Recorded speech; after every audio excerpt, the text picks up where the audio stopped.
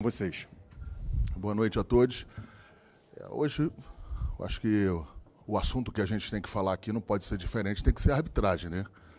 A maneira que está sendo conduzida a arbitragem no futebol brasileiro, nesse campeonato, eu acho que é preocupante para todos nós. Não é só para o Flamengo hoje, não. É para o Flamengo também, né? A gente, na primeira rodada do campeonato, em que um juiz num jogo muito disputado, num jogo muito controverso, mas que acertou muito. E quem disse isso não fui eu, não foi o Flamengo, são os especialistas aí, os jornalistas, as pessoas que têm mais, de fato, análise mais transparente, mais clara das jogagens. O que aconteceu? E todos foram unânimes que o juiz apitou bem, tranquilamente, deu um pênalti contra o Flamengo, então estou muito à vontade de falar, um pênalti em que a gente viu hoje aí que também, igual. E o que aconteceu com esse juiz? Geladeira, 120 dias.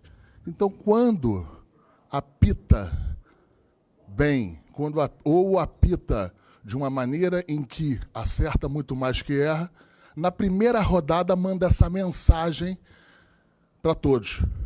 Aí você vai na sequência, contra o Botafogo, em que perdemos o jogo. O jogador botou uma máscara dentro de campo, na frente do juiz.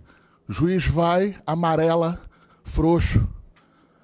Sequer dá amarelo. Sequer não, ele deveria ter dado amarelo. Mas esse deveria não é interpretação, é regra. Não deu amarelo, jogada subsequente, o mesmo jogador tomou um amarelo. Então, assim, é estarrecedor o que está acontecendo. Está dando pena ver os árbitros. Pena. Quem conhece um pouquinho de futebol aí, está vendo. Estão altamente pressionados, altamente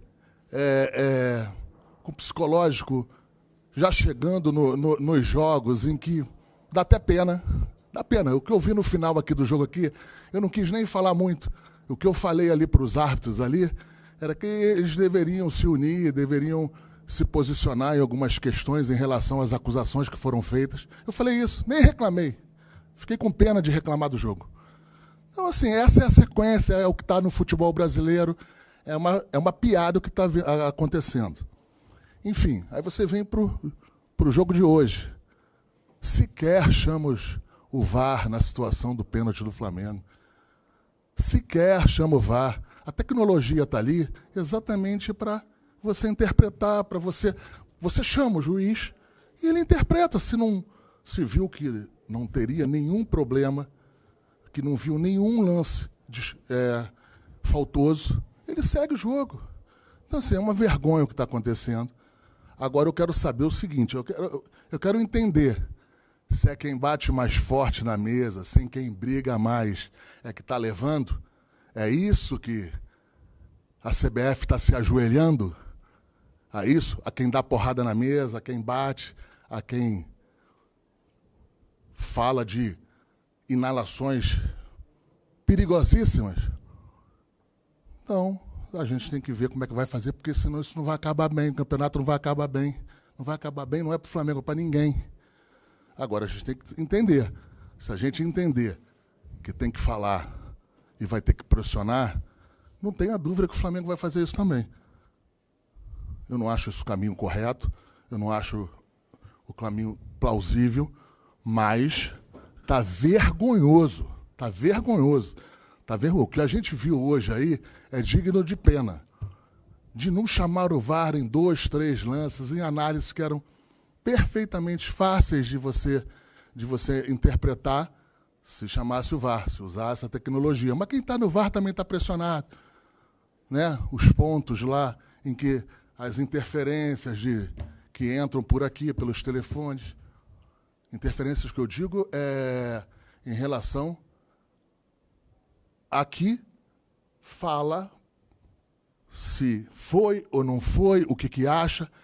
E essa interpretação tem que ser da pessoa que está ali, na hora. Então vou dar até a sugestão. Eu não sei se tem isso, mas eu vou dar uma sugestão. Entrou dentro do VAR lá, não pode ter celular lá dentro. Não pode ter nenhuma comunicação lá dentro que não for a comunicação, claro, que é pertinente ao êxito do trabalho, a fazer o trabalho. Então, assim, não tem... Tá dando pena. Essa que é a verdade. Não sei se o Bruno quer completar, ele já falou um pouco mais, mas eu acho que ele deve contribuir com mais o que ele acha. Bom, acho que já falei lá, o Marcos também, faço minhas as palavras dele. A gente pensa exatamente da mesma forma.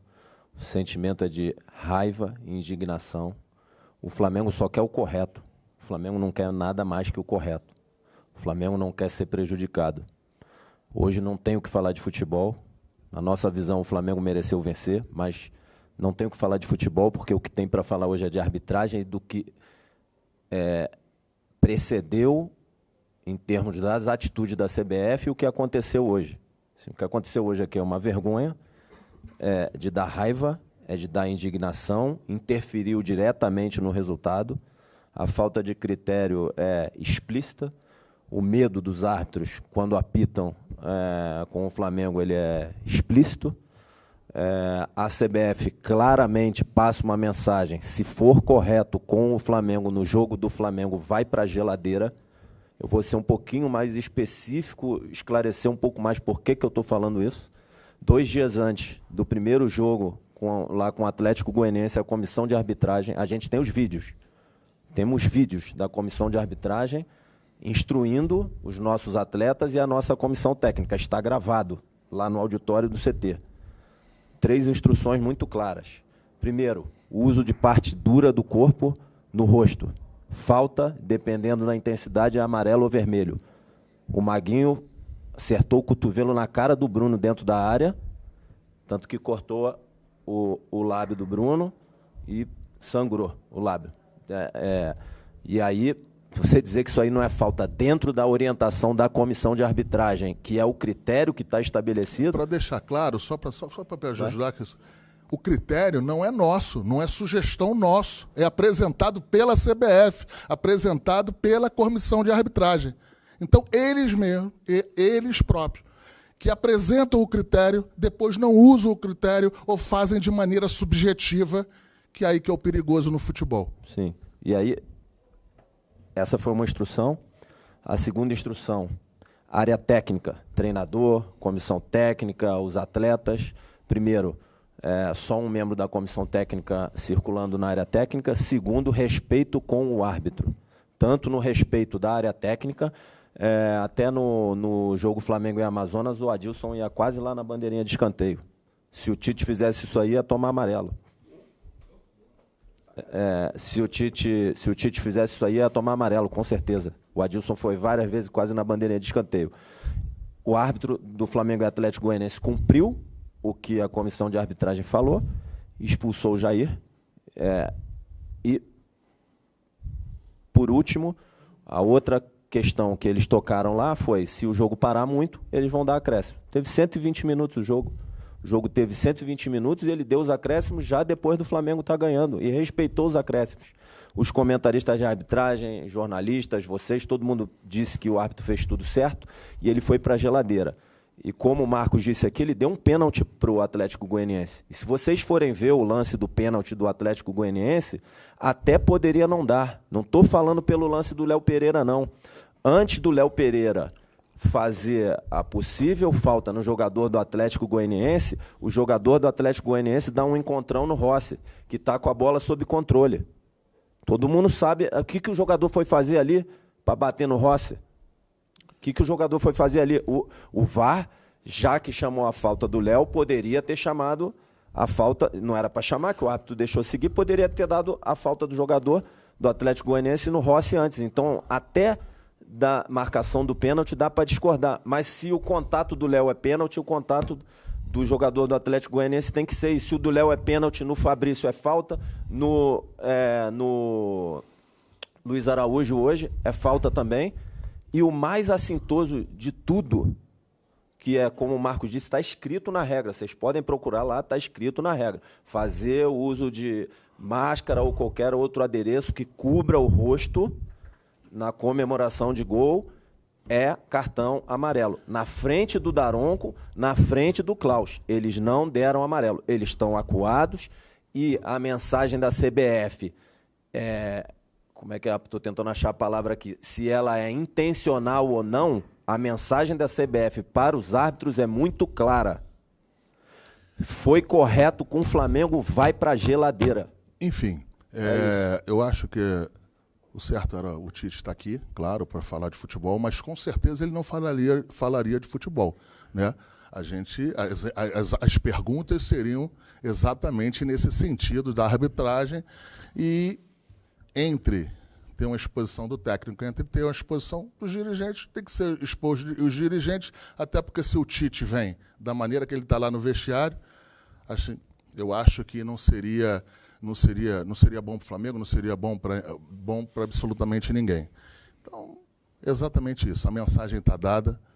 Agora, eu só quero saber e entender se quem grita mais é que vai levar. Que se for assim, a gente vai começar a ir por outro caminho nessa relação do dia a dia aí com o CBF, com todo mundo.